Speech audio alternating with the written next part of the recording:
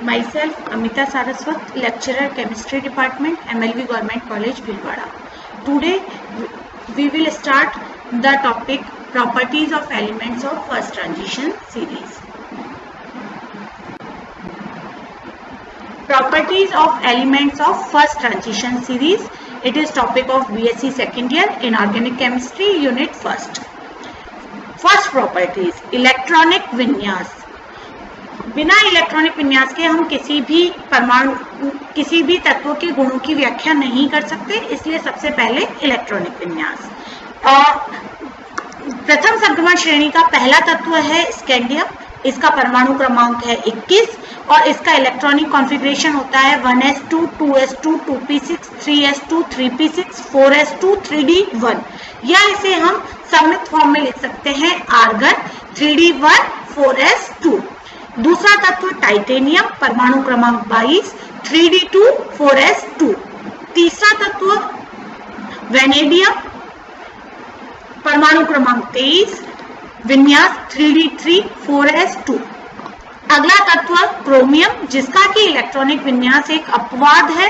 उसका इलेक्ट्रॉनिक विन्यास होता है 3d5, 4s1, ना कि 3d4, 4s2, क्योंकि हम जानते हैं कि अर्धपूरित कक्षक या हाफ फील्ड ऑर्बिटल अधिक स्थायी होते हैं, इसीलिए और n-1d और ns की जो ऊर्जा है उनमें अंतर बहुत कम होता है, इसीलिए 4s1 का एक इलेक्ट्रॉन 3d में आ जाता है और 3d5 जो कि आधा भरा हुआ कक्षक है वो बन जाता है, इसीलिए क्रोमियम का विन्यास 3d5, 4s1 होता है.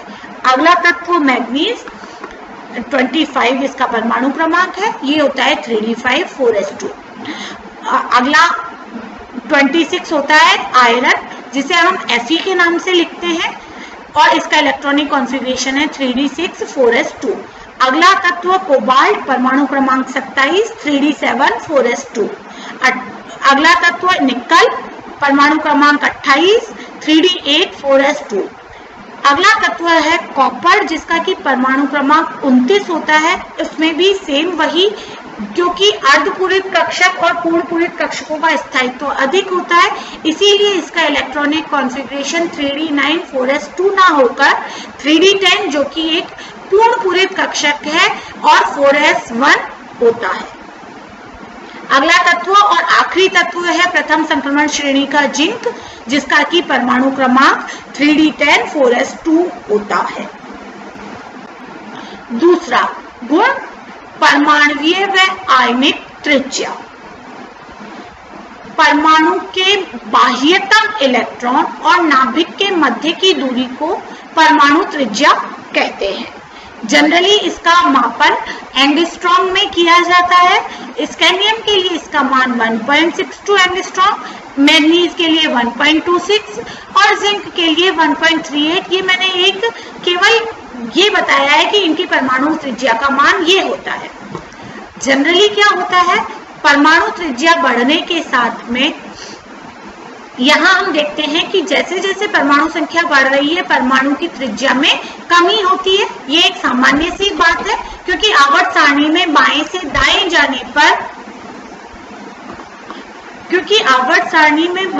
दाएं जाने पर परमाणु की त्रिज्या में कमी आती है, लेकिन यहाँ पर संक्रमण तत्वों में ये कमी बहुत अधिक नहीं होती और बीच के तत्वों में तो ये लगभग स्थिर हो जाती है.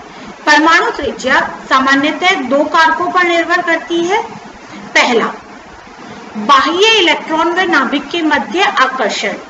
यदि मुख्य क्वांटम संख्या का मान समान है तो परमाणु संख्या बढ़ने के साथ नाभिक में प्रोटॉनों की संख्या बढ़ेगी, जिससे नाभिकीय आकर्षण बल बढ़ेगा और परमाणु के आकार में कमी आ जाएगी.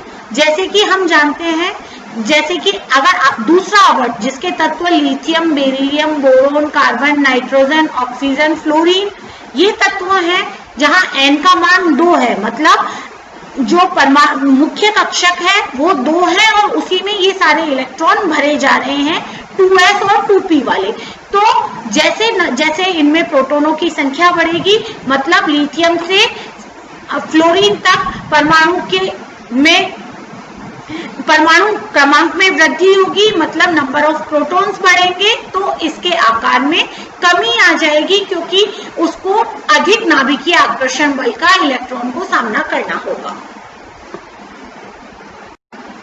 दूसरा कारण जो कि सबसे ज्यादा संक्रमण श्रेणी के तत्वों में ही प्रभावी होता है, उसका नाम है परिरक्षण प्रभाव।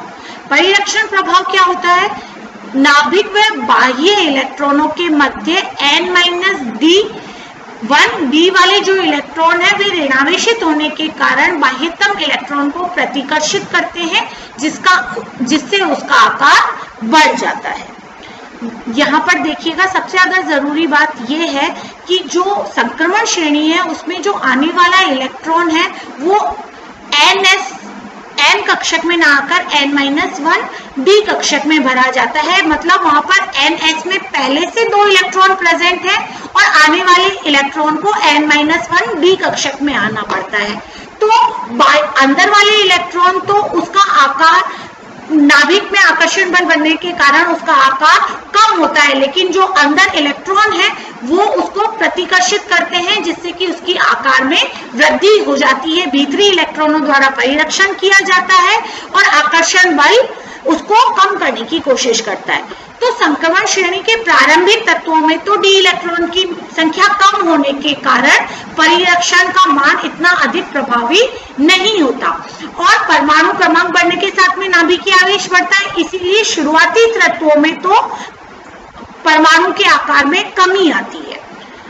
संक्रमण श्रेणी के आखिरी तत्व जैसे कि कॉपर और जिंक, वहां पर डी इलेक्ट्रॉनों की संख्या लगभग 10 हो जाती है। उसके कारण नाभिकीय आकर्षण की तुलना में परिरक्षण का प्रभाव अधिक हो जाता है और वहां पर परमाणु संख्या में वृद्धि होती है। और बीच के तत्व जैसे कि मैग्नीज, आयरन, इसमें ये दोनों प्रभाव एक दूसरे को बैलेंस कर देते हैं, मतलब एक परिरक्षण प्रभाव और नाभिकीय आकर्षण दोनों का मान लगभग बराबर हो जाता है, इसलिए न तो आकार में वृद्धि होती है न ही आकार में कमी होती है और परमाणु त्रिज्या का मान लगभग स्थिर हो जाता है।